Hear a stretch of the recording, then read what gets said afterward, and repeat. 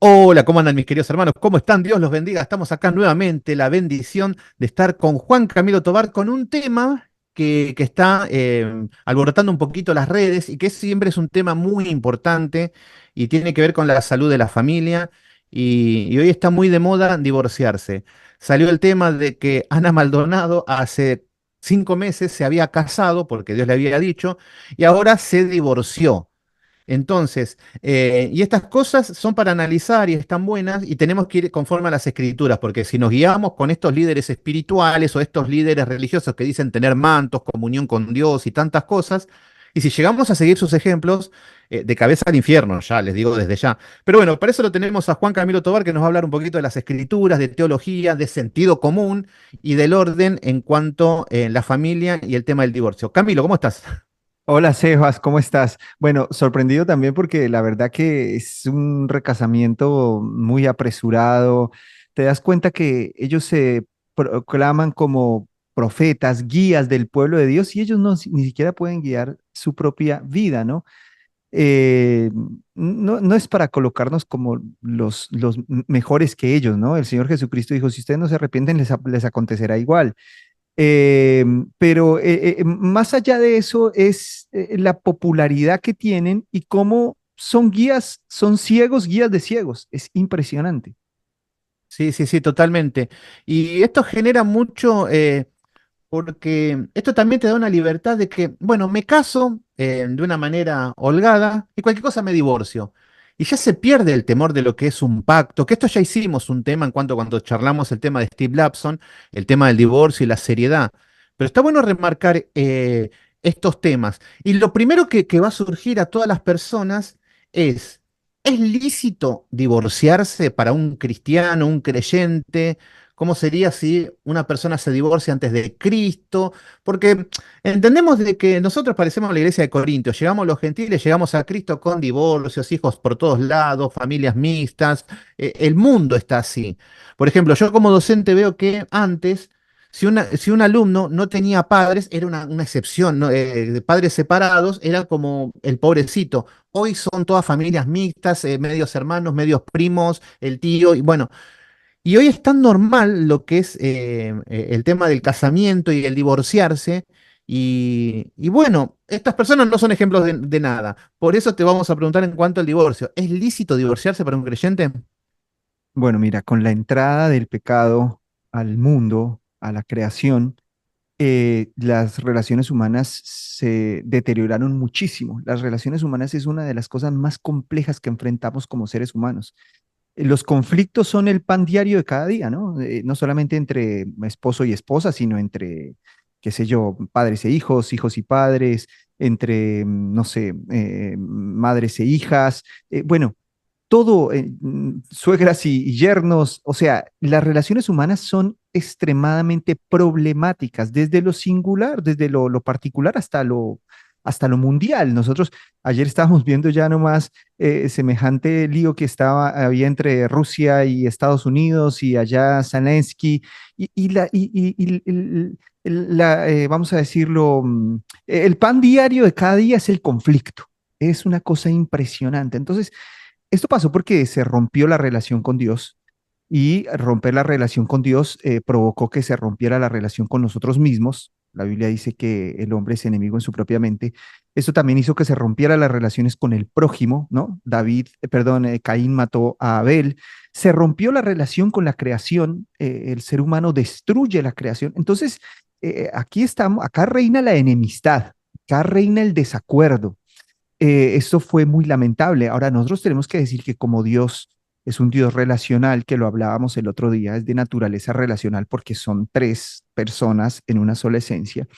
Ellos han permanecido en una relación perpetua de fidelidad, de comunión, de unidad, perfectísimas, ¿no? Entonces Dios cuando crea al hombre le transmite esa naturaleza relacional y ahí es cuando Dios dice, no es bueno que el hombre esté solo y le crea a la mujer. Entonces, en un principio, en el principio de la perfección, la fidelidad es la voluntad de Dios. O sea, aquí el divorcio es el resultado de la caída. Nunca será la voluntad perfecta de Dios una separación, jamás, ¿no?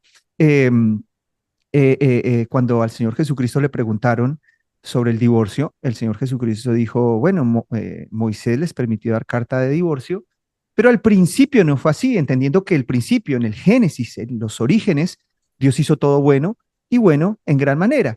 Y Dios le dijo a Adán y Eva, únanse, multiplíquense, tengan muchos hijos, señoreen la tierra. Y Dios no le hizo a Adán tres mujeres, ¿no? Ni le sacó tres costillas. Bueno, aunque sabemos que es una división que Dios hace en el hebreo, no es que le sacó una costilla, sino más bien apunta es como a que lo dividió al medio y de un solo hombre hizo dos. Y de ahí sacó la mujer. Ese sería como un entendimiento más acertado. Pero tengamos en cuenta que, tomando lo del tema de la costilla, como lo entendemos hoy, no le sacó tres costillas, sino que fue una sola, hizo una mujer. ¿Por qué? Porque nosotros también somos únicos. Dios nos dio ese carácter de únicos. O sea, ningún ser humano se repite con otro ser humano, por más de que sean hermanos gemelos, mellizos, lo que sea, o que compartan una genética idéntica, son dos seres humanos, dos personas completamente diferentes y al ser únicos, nosotros necesitamos exclusividad y la sexualidad se da en ese marco de exclusividad. Cuando una persona ya deja de ser exclusiva para otro, bueno, entra en esa ruptura, ¿no? Entonces, vamos a decir esto, vamos a poner este fundamento. El divorcio, en términos de voluntad perfecta de Dios, no es aprobado, ¿no? Sin embargo, con la entrada del pecado, con todos estos abusos que se dan, con las enemistades, Moisés tiene que permitir dar carta de divorcio a los hombres contra las mujeres e incluso a las mujeres contra los hombres. La Biblia misma lo regula. Eso no significa que Dios esté aprobando o que Dios sea el que esté dando esas leyes que Moisés allá está estableciendo. La Biblia es inspirada, es una historia inspirada, pero no todo lo que se hace significa que es la voluntad de Dios, ¿no?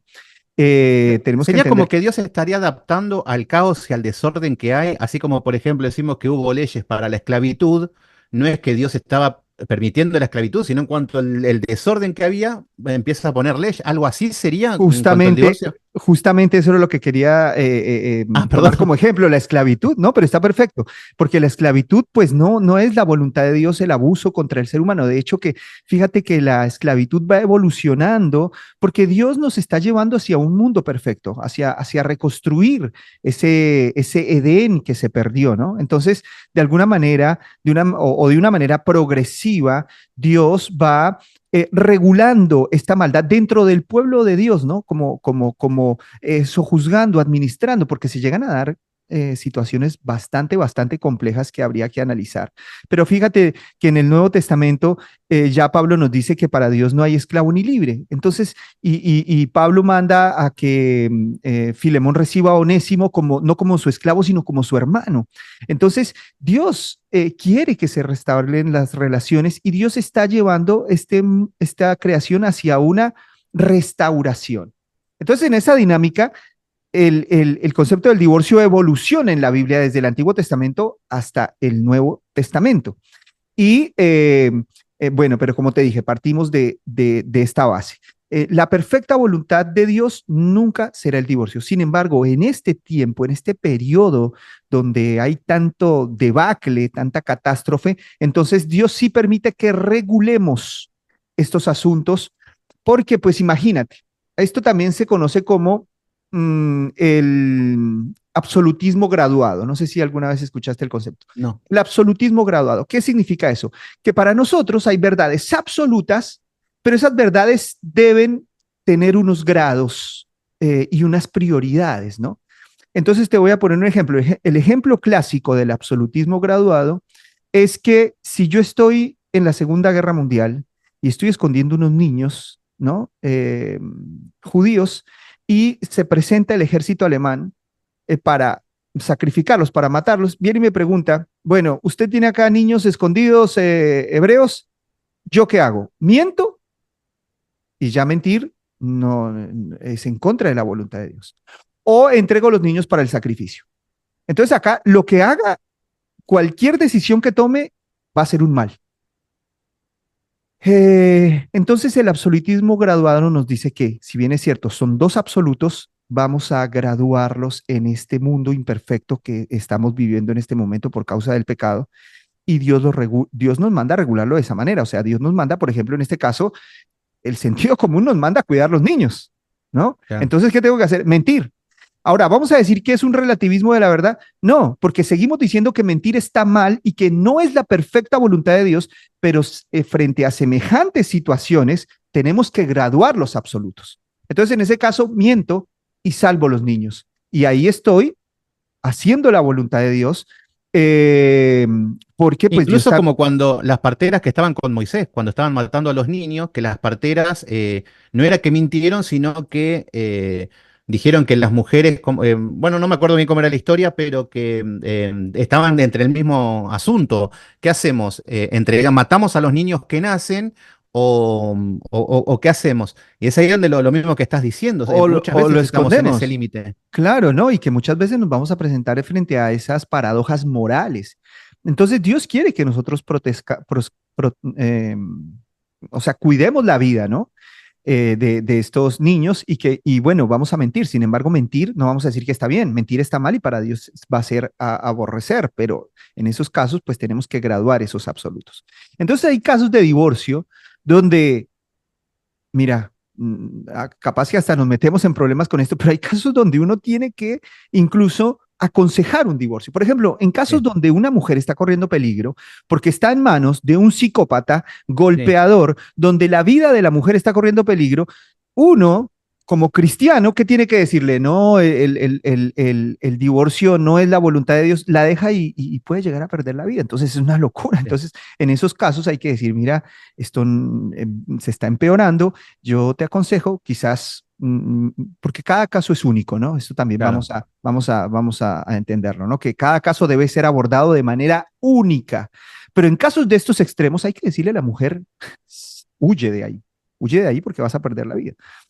Y sí, obviamente, primero preservar la vida. Y en cuanto al versículo ese que dice, a causa de fornicación, ¿de qué está hablando? Es como decir, si me engañan, me meten los cuernos, yo me divorcio. Estaría probado, sería en cuanto el motivo estamos viendo. Ya sabemos que en una situación extrema jamás podemos dar consejo cuando corre riesgo la vida o cuando están siendo atormentados, tanto el hombre como la mujer. Casos extremos. Pero en un caso de infidelidad, ¿estaría aprobado también por Dios como por las Escrituras? Eh, los apóstoles, como Pablo, bueno, terminan como dando una cierta concesión, ¿no? Por ejemplo, Pablo dice, si el creyente, si el incrédulo no quiere vivir con el creyente no está sujeto a esclavitud. Entonces, es como que se dan esos ciertos permisos, vamos a decir. Y la fornicación o el adulterio hace parte como de esa posibilidad. Sin embargo, no todos los casos deberían ser tomados de esta manera, no todos los casos. Dios nos deja un ejemplo en el Antiguo Testamento donde Él no repudia, no se divorcia de Israel, aunque Israel ha sido adúltero espiritual. Entonces, cada uno de estos casos donde se da el adulterio deberían evaluarse con mucho cuidado, Sí, sí, porque te digo que como consejero pastoral me he encontrado en muchos casos donde personas perdonan infidelidades sí. y siguen con su matrimonio adelante y se puede seguir. Y el perdón y se restaura la relación y bueno, qué sé yo, porque nosotros estamos en una condición de, vamos a decir, de pecaminosidad natural. Entonces se pueden dar esos casos. Y hay otros casos donde no, donde la relación quedó tan deteriorada, donde, qué sé yo, fue también algo demasiado abusivo, no fue una caída que uno dice, bueno, Ya no hay se, vuelta atrás, llega un punto que se exacerbó la naturaleza humana y fue realmente una caída. No, hay unos casos donde es un abuso constante de una de las partes y qué sé yo, traiciona y humilla. Entonces, en no hay esos cambio, casos, claro. Sí, sí. claro, entonces en esos casos es clarísimo que, bueno, vamos a buscar la integridad, la sanidad del alma de determinadas personas. De hecho, que cuando se regula el divorcio en el Antiguo Testamento, se hizo para evitar determinados abusos e incluso la ley de Moisés buscaba proteger puntualmente a la mujer, que era como más vulnerable frente a estas realidades. Pero ten en cuenta que como cuando Moisés da la carta de divorcio, después esto empezaron a divorciarse por cualquier ridiculez, que eso es otra cosa. Por eso es un caso complejo y que cada caso tiene que ser analizado de manera individual. Empezaron a divorciarse por cualquier cosa. Ah, porque no somos compatibles. Ah, porque no nos ponemos de acuerdo. Ah, esos no son motivos de divorcio. Ah, porque peleamos. No, eso no es motivo de divorcio. Porque, qué sé yo, infinidad de cosas que pueden llegar a darse en un relacionamiento natural de un matrimonio, ¿no? La Biblia nos llama a pulirnos, a construirnos, a que piedra con piedra se van puliendo, ¿no? Y nos llegamos a formar en un solo hombre. Yo sé que el matrimonio, pues, no es fácil, pero llegó un punto que Israel, el divorcio era por cualquier cosa, como quizás se llega a practicar hoy en día, ¿no? Que, ay, descubrimos después de 2 años y medio de matrimonio que no somos compatibles. Dale, Claro.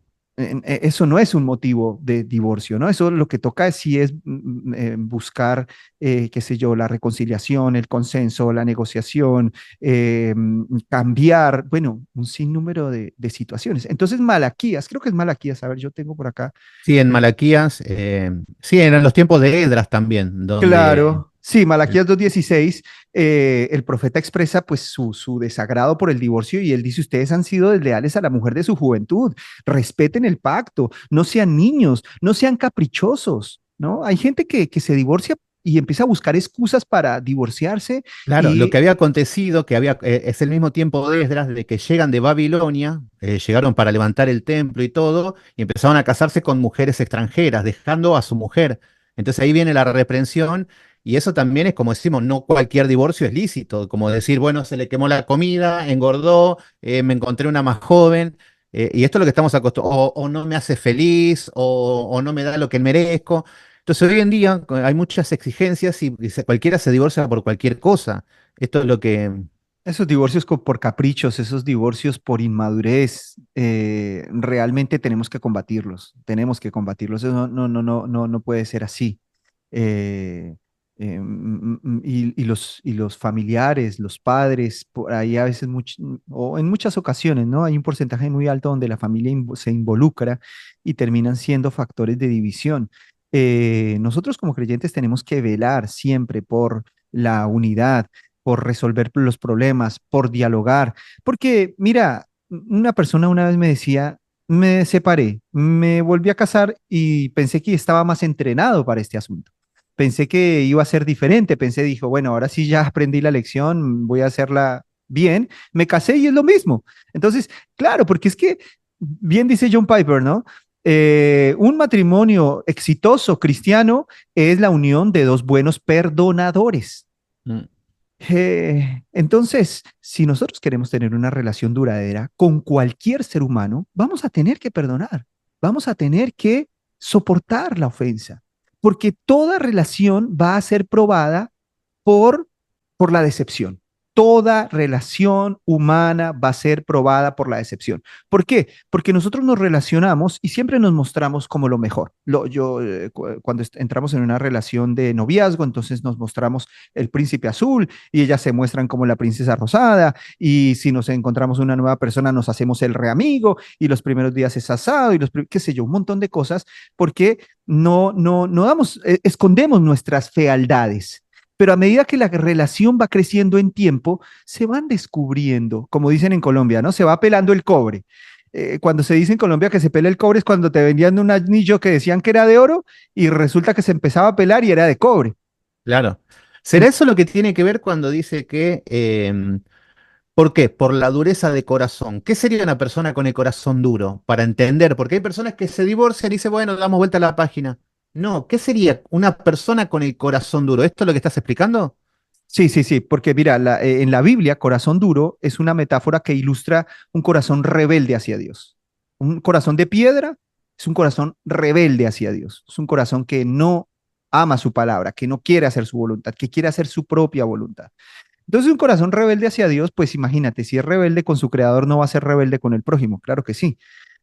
Eh, entonces, es lo que yo te decía, que toda relación va a enfrentar la decepción y cuando se supera esa etapa de la decepción es cuando las relaciones empiezan a ser más, estables, más estrechas, más legítimas, ¿no? En la filosofía clásica, uno de los autores de la filosofía clásica hablaba de tres tipos de amistad. La amistad que es mm, por placer, entonces son amigos que cuando hay placer, bueno, vamos para arriba, vamos para abajo, placer para arriba, placer para abajo, son amigos de placer. Eso es una amistad falsa, porque cuando no hay placer, se acaban los amigos.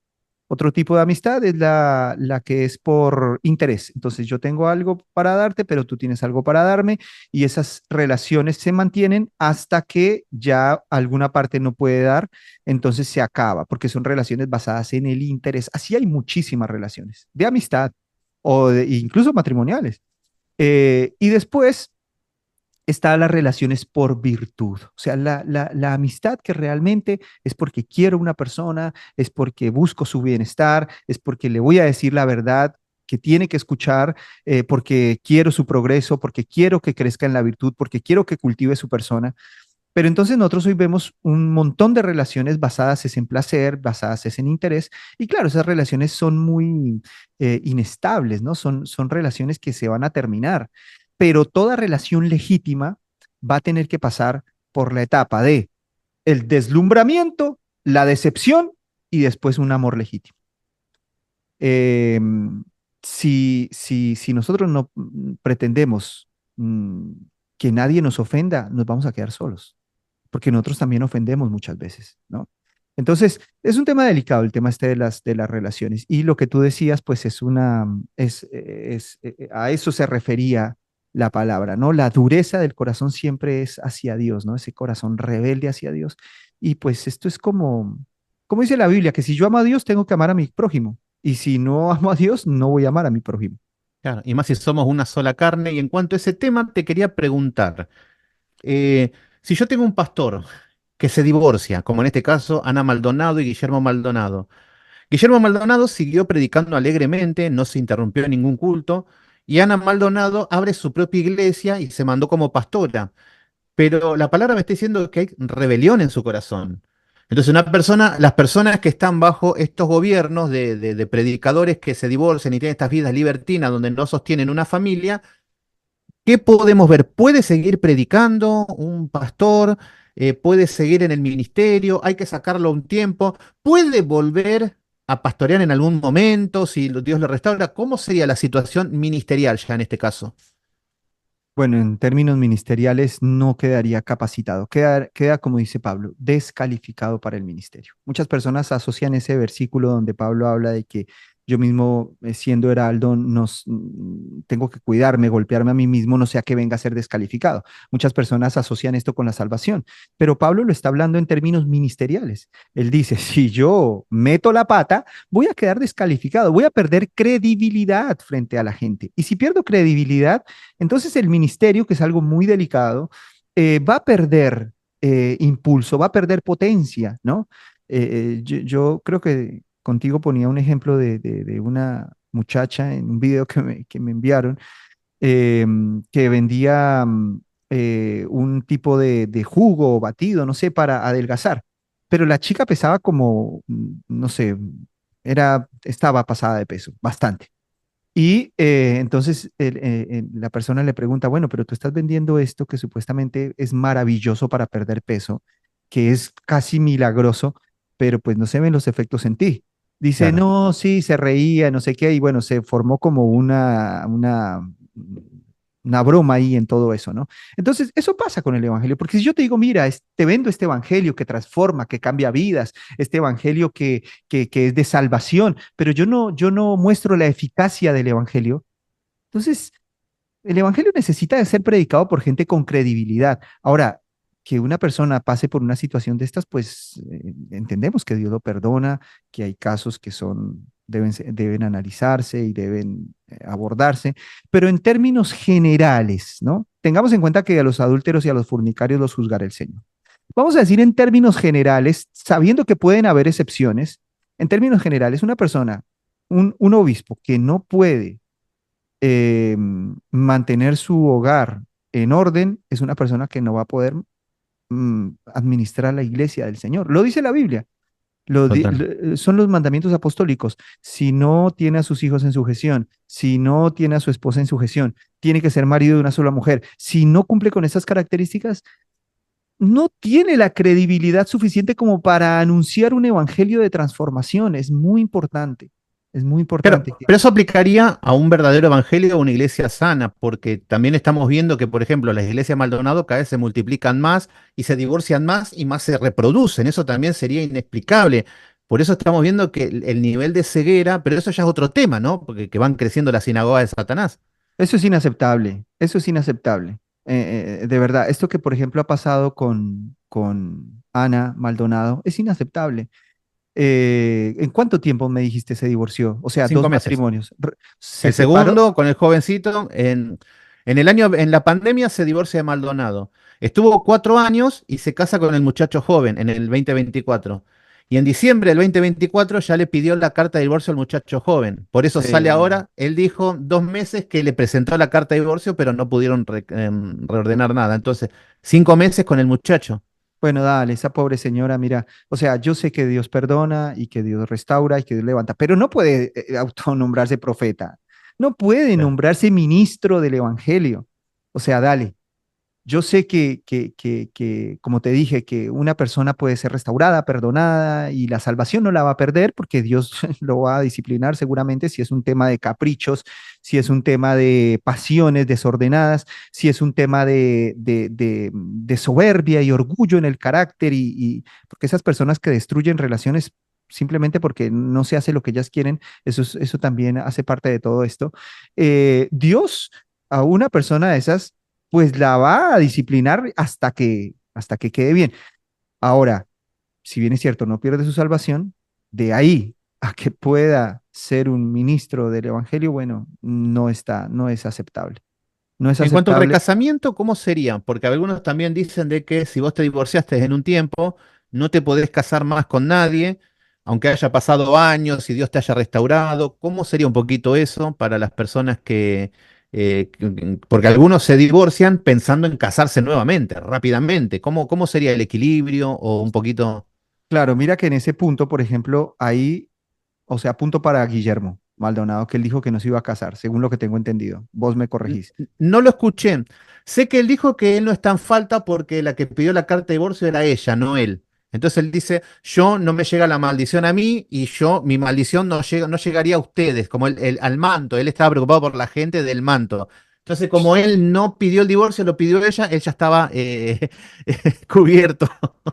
Qué Es un locura. genio. Sí, sí, sí, no, ellos siempre caen parados. A ellos les importa la multitud, a ellos les Sí. importa el Los dos hablaban renombre. de las personas en esta situación, preocupados por eso, por la gente. A ellos no les preocupa la gente, a ellos les preocupa la reputación de la gente, Claro. y que la gente les pueda proporcionar. Ahora, no sé, tengo entendido que Maldonado había dicho después del divorcio, yo no me voy a casar más. Bueno, punto para Maldonado, porque pues es una conducta ética considerable de una persona que se dice pastor, ¿no? Sí. Más allá de todas las herejías que dice y que Sí, sí, sí, es una falsa iglesia, ya da claramente, igual ¿no? que se case o no se case. Da igual, da igual. Ahora, cuando una persona eh, se divorcia, por ejemplo, a mí me han llegado casos de estos de consejerías delicadas, donde por ejemplo, voy a poner un ejemplo ficticio. Una mujer tiene que huir de esta casa porque el hombre la amenaza, qué sé yo, con armas incluso, la golpea, la pobre termina en el hospital un día y entonces uno le dice, pues sal de ahí, sal de ahí. Esa mujer sale o ese hombre sale, ¿no? Y pasa un tiempo en soledad.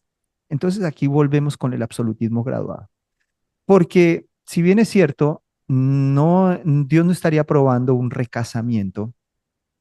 No obstante, Pablo dice, por causa de las concupiscencias, pues mejor cásese antes que estarse quemando. Yo sé que esto Claro, se aplica a los solteros, pero hay gente que puede llegar a caer en pecados terribles por un tema de abstinencia. claro. Entonces, absolutismo graduado. No estamos relativizando la verdad. Eso sí yo quiero que quede muy claro, porque seguimos diciendo que no es la voluntad de Dios, pero en los grados de los absolutos, pues tenemos que buscar el mal menor. En este caso, el mal menor es que vuelva y se case y que forme una familia como la gente. Yo digo que incluso hasta en esos casos uno dice, bueno, un segundo, un recasamiento doble, uno dice, bueno, eh, hay gente que 3 veces, 4 veces, 5 veces. Mira, ya la tercera vez ya te das Y en el cuenta que caso, en la una persona hay persona un problema. que se divorció antes de Cristo y estando en Cristo se vuelve a casar, ¿cambia algo? ¿Sería parecido, nueva criatura? ¿Ya una persona que está formado o sigue igual? ¿Es un pacto eterno o cómo sería? No, es lo mismo, es lo Lo mismo. O mismo. sea, sí, sí, ahí, si esta regla se cumple para un cristiano, si un cristiano que se separa por fuerza mayor y por un tema de elegir un mal menor se recasa, pues una persona que viene del mundo separada y viene al cristianismo y se casa, bueno, viene a ser lo mismo, viene a ser lo mismo. Hay que elegir el mal menor, pero esto no es, yo tengo que hacer énfasis en esto, Sebas, no tiene que ser caprichosas, vamos a decir, argumentos caprichosos, de ninguna manera.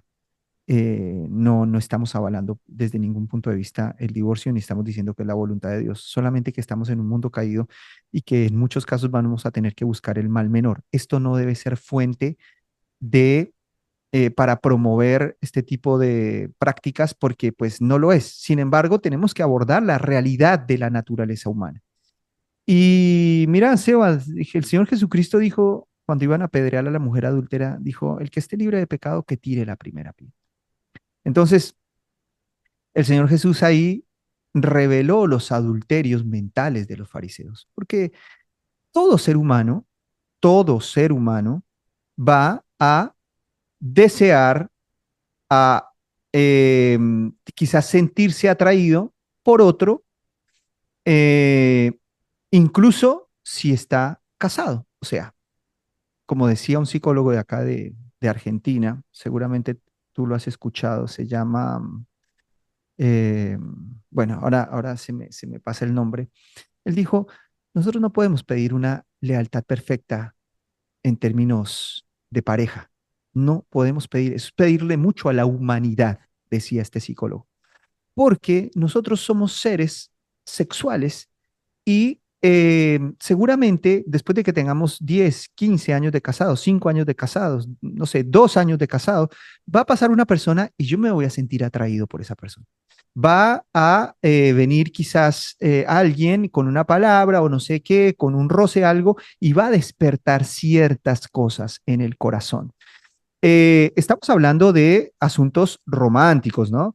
Porque, Mm. por ejemplo, a mí me preguntaba alguien, bueno, pero si uno admira a una persona, ¿eso es pecado? No, claro que no, eso no es pecado. Estamos hablando cuando ya entra esa parte de enamoramiento, de sexualidad. Bueno, Personal, sí. personal. Entonces, seguramente muchas personas se van a sentir atraídos por otro, aun cuando estén casados. Y esa persona no puede decir, ningún ser humano va a poder decirle a su matrimonio, a su pareja, yo te he sido fiel perfectamente, de mente, de corazón, de deseos, de una lealtad en términos de Dios, que es lo que nos estaría regulando. Todos tenemos que decir, Señor, ayúdame en mi debilidad. Ahora, este psicólogo decía, si bien es cierto, ningún ser humano llega a ese nivel de fidelidad, lo que sí se valora es que sea fiel al pacto. Él decía esto, lo que sí se valora es que a pesar de que tenga mucha oferta y quizás se sienta atraído por otras personas, esa persona respete el pacto, respete la exclusividad y se comporte de una manera leal, se comporte de una manera mmm, vamos a decir, honorable. Eso es lo que se valora. Más allá de que en el corazón o en los deseos puedan experimentarse determinadas atracciones, lo que importa es la lealtad al pacto. Entonces, en ese sentido, mira, todo ser humano es de naturaleza adúltera. Todo ser humano es de naturaleza adúltera. No te digo que son adúlteros practicantes o que exteriormente lo son. Internamente todo el mundo lo es. Todo ser humano lo es. El Señor Jesucristo lo dijo, ¿no? Claramente, todos los fariseos tiraron las piedras, ¿no? Eh, entonces, mm, nosotros estamos en una condición donde más bien tenemos que decirle, Señor, ayúdame. ¿Por qué nosotros, por qué nosotros exaltamos o aplaudimos la pureza sexual de José en la Biblia, que entendemos que eso es algo demasiado complicado, que esto es algo que qué sé yo, poca gente lo resistiría, ¿no? Sin embargo, lo aplaudimos justamente por eso, porque reconocemos cómo es la naturaleza humana. Entonces, eh, nosotros tenemos que, no podemos decir, ay, Dios mío, gracias, porque yo he sido tan leal en mi matrimonio, nunca tuve una infidelidad, nunca, llevamos 50 años de casados. Nosotros no podemos gloriarnos de nuestras bondades, más bien tenemos que decir, Señor, tu gracia me ha cuidado, tu misericordia me ha protegido. Si no fuera por tu misericordia, yo habría caído. Si no fuera por tu cuidado, por tu gracia, yo habría caído, ¿no? Esto es lo que nosotros tenemos que entender, que esto es así. Porque si tú pones a cualquier persona en una situación de donde se sienta atraída por otra, aunque esté casada, que se dispare ese bichito del enamoramiento, que es algo involuntario, que se disparen esas pasiones que no controlamos con la voluntad, que se disparen esas pasiones, el ser humano queda esclavo y seguramente se va a ir de cabeza contra el estanque. Pero no han caído muchos porque no han llegado a esas situaciones, porque no han llegado a esos límites. Bien dijo el Señor Jesucristo, Padre mío, no nos metas en tentación, líbranos del mal. Yo ya sé que Dios no nos mete en tentación porque Él es bueno, ¿no? En los términos que dice el versículo, no nos metas en tentación, no nos metas en prueba, que sería lo que apunta.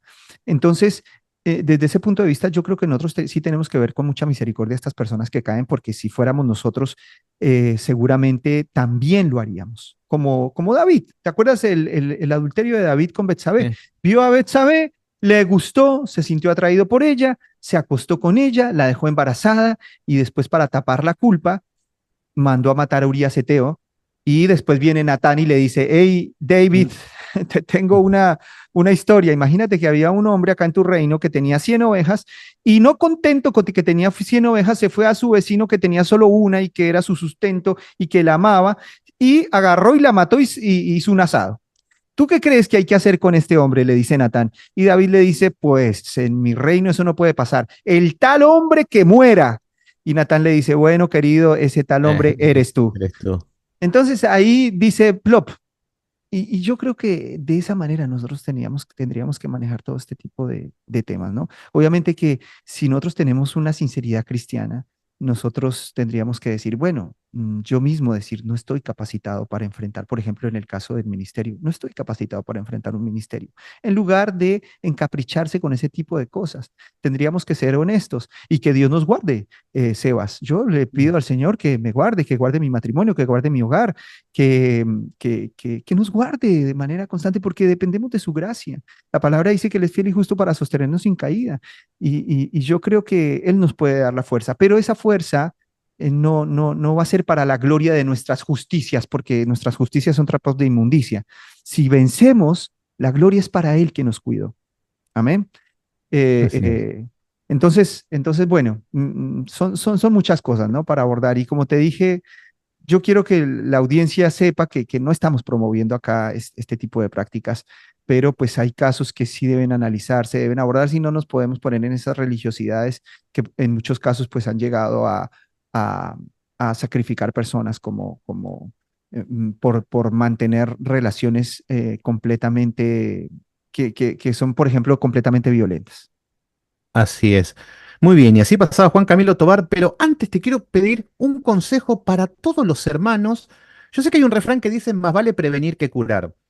Y hay veces que en lugar de estar hablando de este tema del divorcio, me separo, me quedo, me caso, él tiene la culpa y ver el corazón duro, hay muchos cristianos que se encuentran solos, solteros, divorciados, viudos, y empieza a pasar esto de lo que vos dijiste en cuanto el don de continencia, algunos empiezan, o por ahí a veces no pasa solamente por el acto sexual, sino porque personas quieren estar en compañía de alguien, de tomar un café con alguien, de charlar, abarca mucho el don de continencia. Entonces hay Mm. muchos hermanos que están pasando esto. ¿Qué consejos le podés dar, un consejo sano, para que después no se anden lamentando de que se casen y se divorcien o que pasen cosas como la familia Maldonado, que se hacen un reality show, yo creo que se hacen multimillonarios? Pero consejo para los hermanos, prevenir, más vale prevenir que curar, para que se calmen un poquito. Y los que están conociendo a alguien, que apunten a un matrimonio serio, un consejo pastoral para mis hermanos, que en mi grupo hay muchos hermanos que están en esta situación. Bueno, primero que sean prudentes, que sean cautelosos, que sepan que las primeras impresiones, por ejemplo, no son las reales, que el matrimonio es una escuela del carácter. Entonces, que es una decisión que tiene que tomarse con sabiduría. Y cuando se toma el paso, uno ya debe entender que es un compromiso para toda la vida, para toda la vida. Y voy a tomar acá un consejo de John Piper que me pareció muy, muy lindo. Él dijo, sé feliz en tu soltería, Mm. glorifica a Dios con tu soltería, porque hay personas que llegan a estados de ansiedad tan profundos por esto, por el tema de la soltería, que no glorifican a Dios, no disfrutan la vida, no disfrutan su soltería en Dios. Y el ser humano tiene unos niveles, una naturaleza pecaminosa tan terrible que, mira lo que dice Pablo, los solteros no busquen casarse y los casados no busquen soltarse. Porque el que está soltero se quiere casar, me quiero casar, me quiero casar, Claro, me sí, quiero sí, sí, casar, y listo. y el casado me quiero separar, me quiero separar, me quiero separar.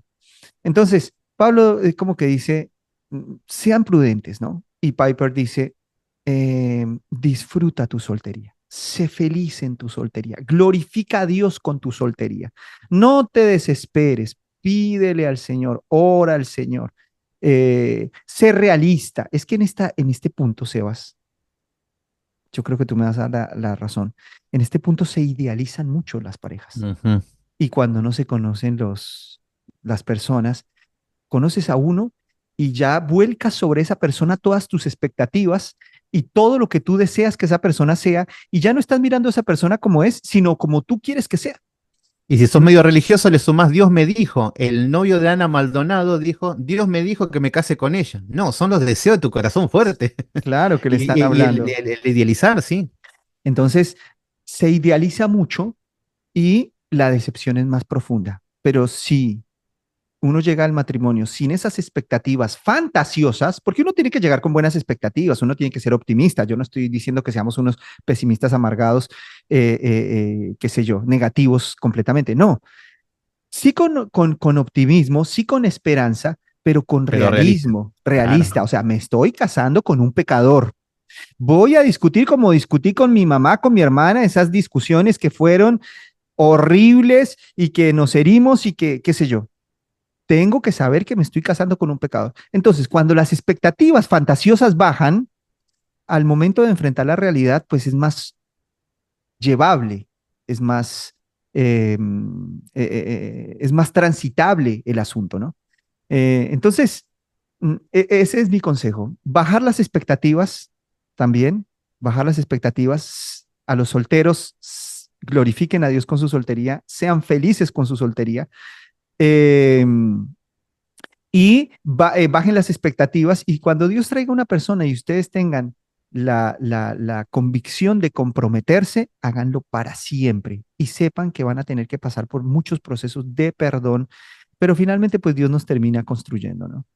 También se viven momentos maravillosos, así como en la soltería se viven momentos maravillosos, así como uno puede crecer, cultivarse, madurar, tantas cosas, ¿no?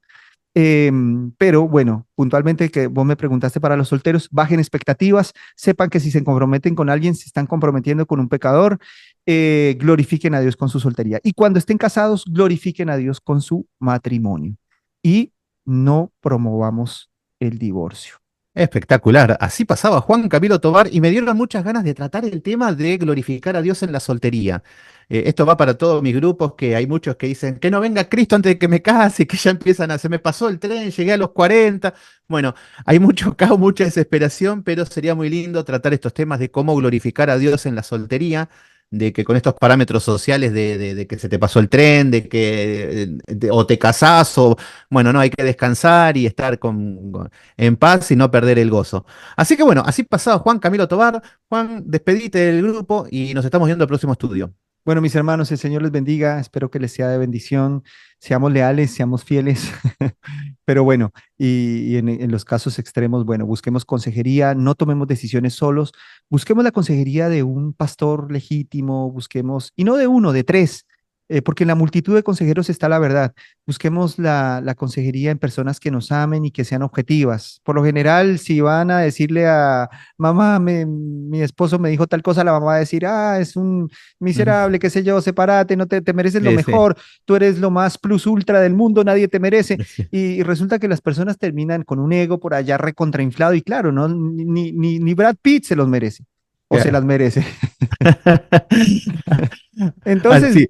Sí. entonces, bueno, buscar consejos objetivos y no tomar decisiones emocionales, sino con sabiduría. Muy bien. Así pasaba Juan Camilo Tovar y nos estamos viendo el próximo estudio. Que Dios le bendiga a todos. Chau, chau, chau. Chau, nos vemos. Chao, bendiciones.